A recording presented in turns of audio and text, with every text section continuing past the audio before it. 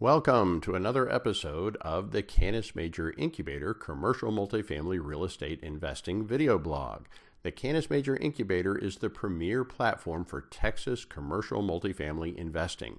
Each week we make a short educational video about investing in Texas commercial multifamily real estate. So stay tuned at the end of this video to find out more about training, investing, funding for, and getting support for actively or passively investing in Texas commercial multifamily real estate. Hello and welcome everybody. Welcome to the Canis Major video blog. I'm Phil Grove, and each week we go through a case study for multifamily real estate investment transaction deal or lesson learned here in the great state of Texas. This week we have a very special case study being presented by one of our sponsors at the Canis Major Incubator, Siva Pelchuru, who's going to talk about a project called the Elam Townhomes. Siva, do I have you on the line? Yes, sir. I'm on the line. All right. I'm going to turn it over to you, buddy. Let's talk us about this deal. Sure. Thank you very much for giving me the opportunity to present this deal. This apartment complex is called Elam Townhomes, located in Ball Spring, Texas, which is just east of Dallas. And giving my background, my name is Siva Pelchuru. I did my PhD in chemistry back home in India, and then I came over here to do the postdoc at Texas A&M. I did another postdoc at Rice University, and then I moved to the environmental consulting side, and then after working for a few years, I started my own business, ran the successful environmental consulting company, sold that company to a publicly traded company, started investing in commercial real estate since 2008. I started working with Phil and Chenova since 2015 and became a sponsor of Canis Major Incubator in January 2017. This is the property where it is located. These are the 2 buildings out of the 4 buildings of Elam Townhomes.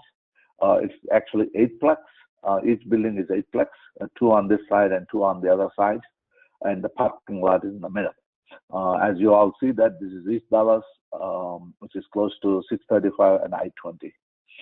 And I acquired this property in 2010 at short sale. The reason why I use short sale is we bought the note and then we foreclosed on subsequently foreclosed on the seller as a friendly foreclosure, so it's actually simply deed transfer. It consists of 32 townhome units, which was built in 1984 with a slab foundation. 16 of them are 2-bedroom, 1.5 bath, 975 square feet, rent for $500 per month. And 16 units with 1-bedroom, 1.5 bath, 795 square feet rents with 475 rents. Both units has washer and dryer connections. And on exterior and interior wide, this property requires everything. That means the roof, the exterior, the groundwork, the landscaping, interior, everything. What you have seen in the picture is actually after rehab. So the picture don't represent the actual thing in 2010 when I bought it. The tenants were not even qualified tenants. The owner is actually in desperate need as an out-of-town owner, and basically didn't know how to run the operations, simply because he was using 8 units out of 32 as a storage of his personal stuff, which is basically 25% of the units. He is using it as a storage unit.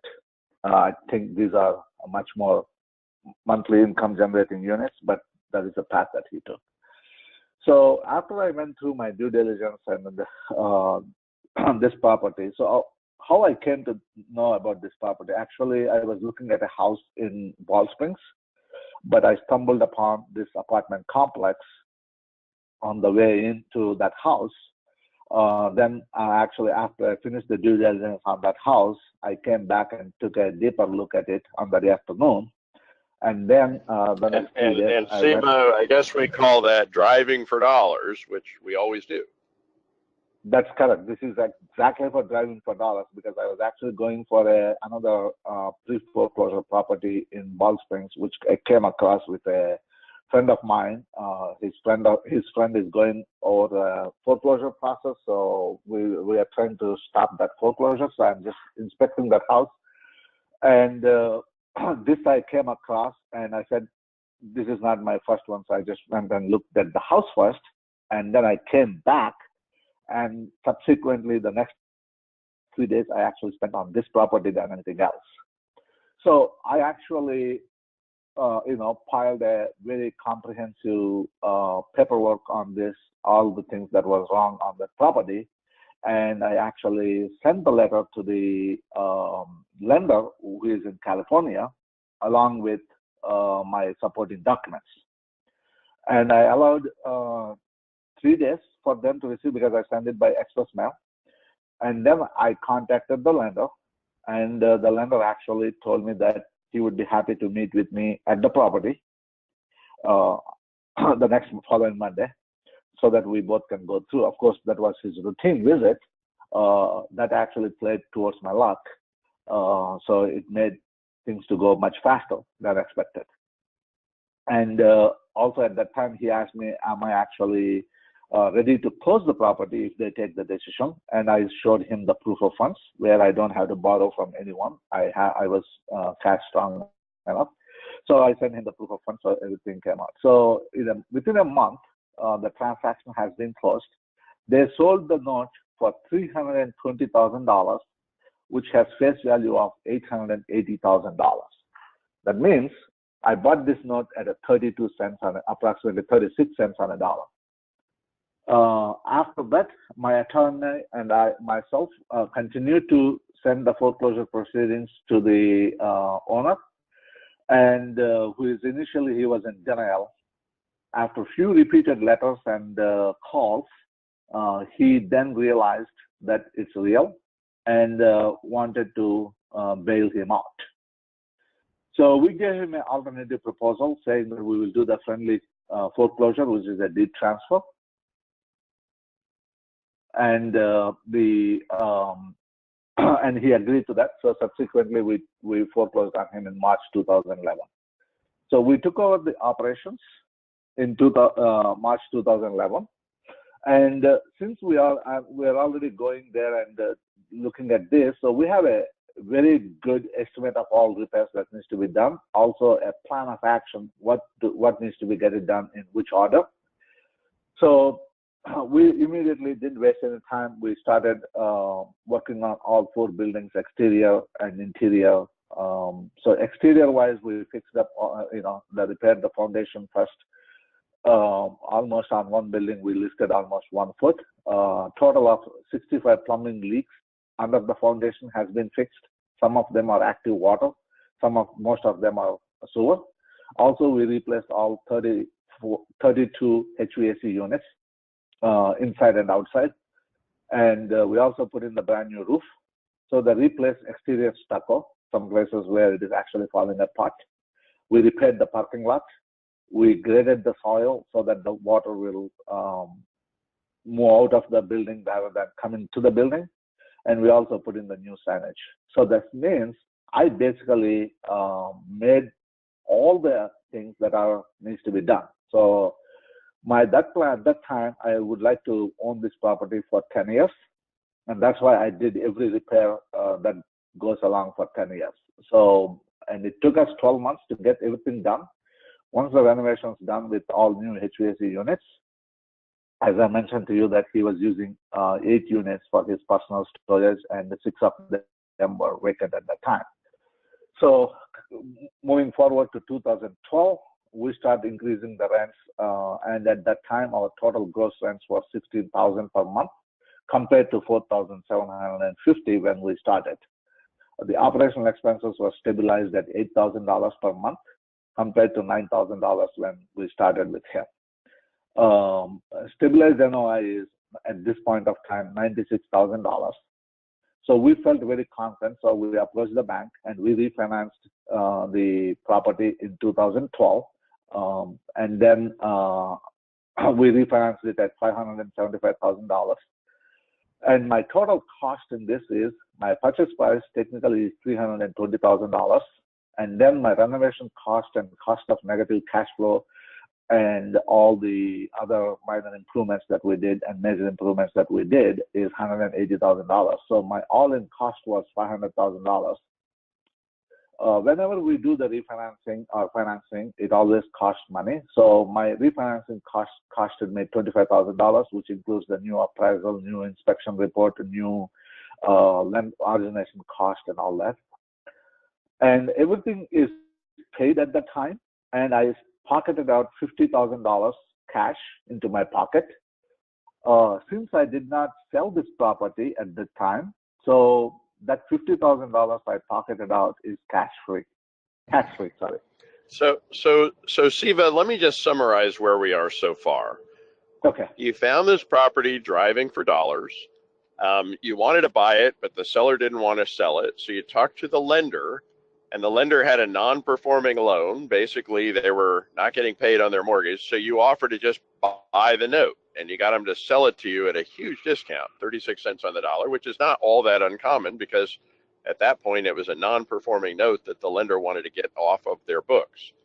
So you took that non-performing note and you went back to the owner and you said, okay, now I'm the bank. Now I'm going to continue the foreclosure. And at that point, the owner said, you know what, let's just do this friendly. I'll just deed the house, or I'm sorry, the property, the townhouses over to you. And you basically now own the property, cents on the dollar. And then you went ahead and made all these improvements. And within less than 2 years, you own the, you've made the improvements, and you're doing a refi to get all of your money back. In fact, you got all of your money back plus $75,000 less $25,000 expenses. Essentially, you put $50,000 tax-free in your pocket, and you still own the property, and now it's making you money every month. Is that a pretty good summary of everything that happened so far? Exactly. That's exactly what happened. All right. Well, then what happened now? Thank you very much, Phil, for summarizing that. So after that, we still continue to improve the operations. And in 2014, we felt very good that the property actually appreciated very much because we increased the rents by $100 per month on each unit. Basically, that increased $3,200 per month, which is a $36,000 per year. That's on a 10 cap, that itself is a $360,000. So we approached a different bank this time, and they felt very good at it, and they actually approved the loan for $875 this time. So the previous loan amount was $575 minus the principal, so principal balance was $550, and the refinance loans were $25,000. So out of $875, my previous loan, including the new loan costs, was paid at $575. So we could able to take out another $300,000 chunk of cash as tax-free from this property because we improved the NOI from $96,000 to $120,000 per year. And even at that time, with the new debt in place, the property is still cash flowing $2,000 a month. So this is the second step that we took. So now at this point, by 2014, we took $350,000 in total as tax-free money from this property. So in 2017, we felt very good again because we continued to improve the operations. So now the rents has been increased to $775 and $675. This happened in 2017 January. We put in a new loan from Freddie Mac for the amount of $1.165 million, and we pulled out another $300,000 in cash. At this time, the NOI is $140,000, and at this time, the net cash flow after the new debt service was $3,000.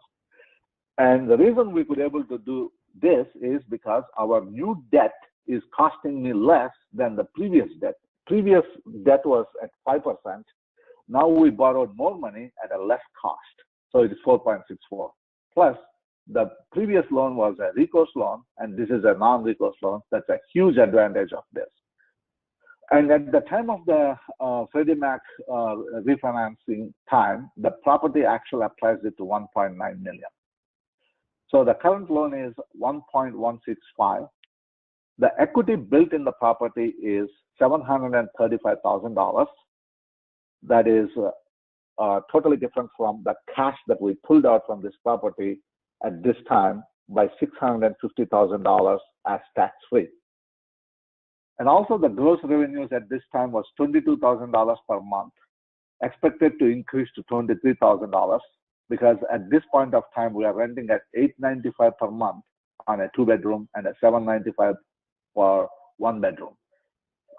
At this point, after 8 months of operation, the property is cash flowing at $4,000 a month. So we continue to own this property today, operating it to be a good cash flowing property. So what we are, Siva, let me just so my summary is you basically got all of your money back. You put $650,000 in cash in your pocket, tax free. So you got zero money invested. You got $650,000 cash in your pocket, tax free. You still own it, and it's making you $4,000 a month. Is that correct? That's absolutely correct. I'm very jealous of you. That's why I call this as my, I know, everybody else also, but that's why I call this as my ATM machine. So whenever I need money, also by looking at it, it has still $735,000 equity. So if I need some more couple of $100,000, I actually can go back and refinance this and take another chunk of money. So it's actually priming up to that level. And also I'm not worried about the leverage because my equity is increasing, my cash flow is increasing. And so that's why I'm very confident that this is a good cash flowing property. So basically there are 3 things that I want to let you know. Not only we bought the property at a discounted rate, it's actually generating me an infinite returns. And also I could able to generate nearly about $650,000 as tax-free money, which went into my other investments. That's an unbelievable story. I did ask you earlier, did you have some lessons learned or lessons you can teach from this whole example?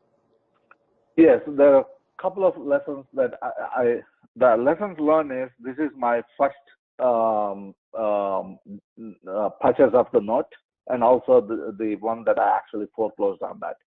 Yes, it is actually much easier to buy a commercial note than a single family home. Because it puts a lot of pressure on the banks when the non-performing note is sitting on their books.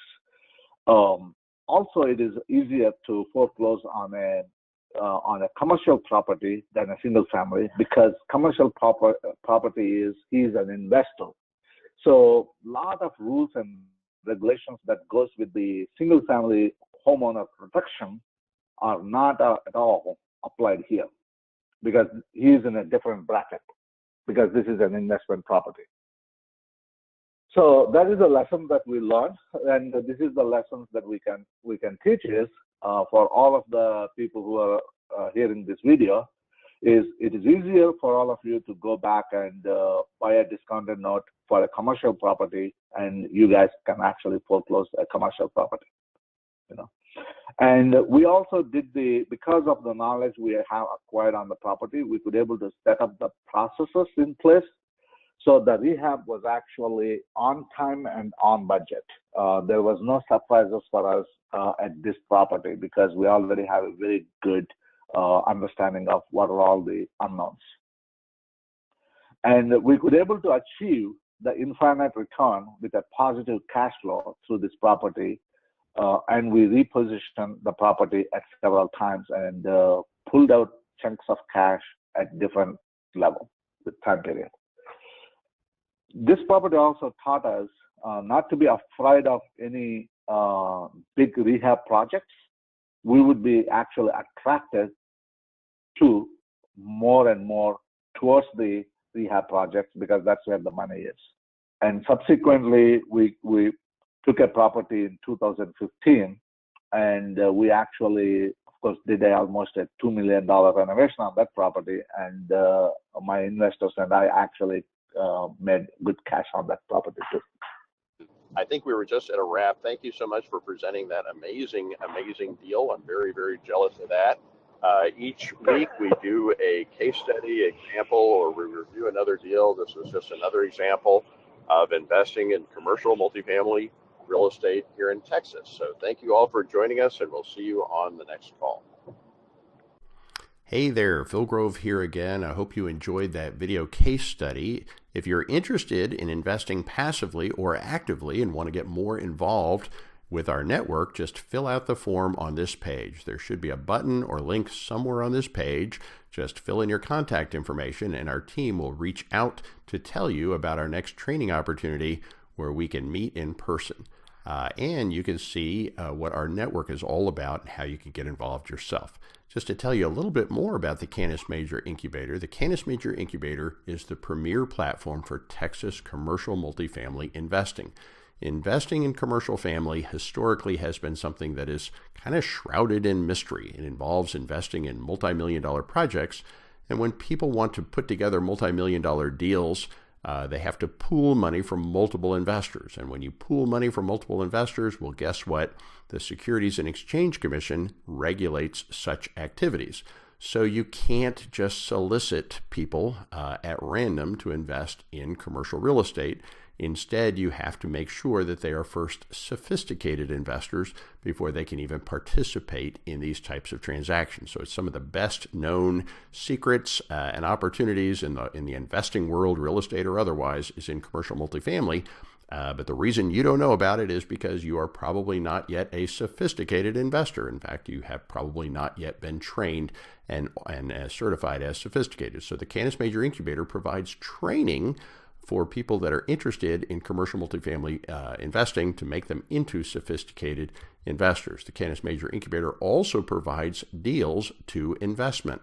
We have a network of over 1,000 investors, deal sponsors, and what we call acquisition specialists across the state of Texas that are sourcing and negotiating and putting together commercial multifamily investment opportunities for members of the incubator. The incubator also provides funding for commercial multifamily real estate. The incubator is a private funding platform of over 1,000 Texas high net worth sophisticated investors for funding Texas commercial multifamily deals from Texas-based deal sponsors. And then finally, the incubator provides support, a network of Texas-based coaches, deal sponsors, and deal co-sponsors for training and supporting people wishing to become active and or passive investors of commercial multifamily deals here in Texas. So to get more involved in the Canis Major Incubator, to become a sophisticated investor, just fill out the form and click on the link somewhere on this page, and we'll reach out to contact you to get you more involved. Thank you.